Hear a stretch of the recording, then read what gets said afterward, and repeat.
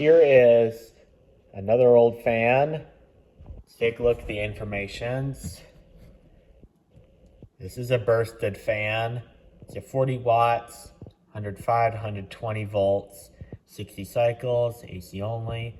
Model number 1250R. So I got this at an antique store. I paid about $20 for it, which is actually a pretty good price for one of these. A lot of times you see these and they're priced at like 40 or 50, but 20 is actually more than reasonable for one of these.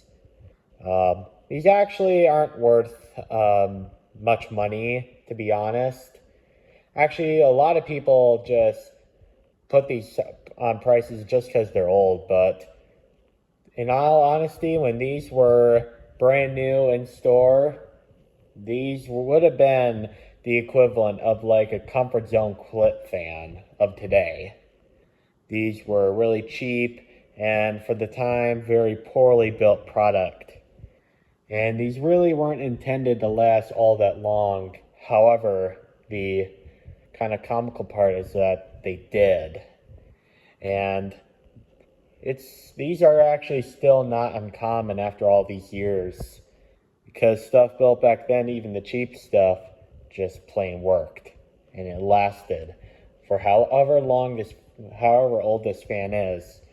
This fan is probably from the 1950s, like 1957 or 1958, or I could be totally wrong on that. One of the videos I saw of one of these fans is they used a more specific year, not just a decade. And it was like 1957 or something like that. I don't know how you find the date on these. Yeah, there's no info on the bottom. So I don't know how you would find a date on one of these. So when I got it, the bearings sounded absolutely horrible. They were just, it sounded bad. And I got this fan because the guy at the antique store told me that he used this fan to cool his room down. He said it worked, but I wanted to see for myself.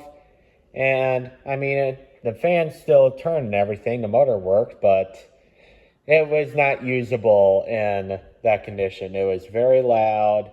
The bearings were very loud, and I had to take it apart, and I had to also put a new cord on it. So this is the new cord I have. This is a polarized cord, but I decided to use it because it has a switch on it right here. And these fans are so cheap, they don't even have a switch on it. But I'm going to show you guys how the fan runs. It runs a lot better than it did before.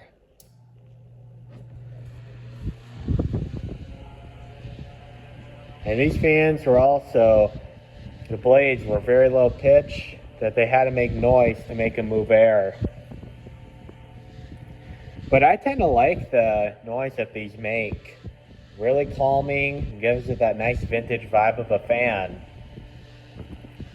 And these older fans in general do get a bad reputation for the way their guards are designed.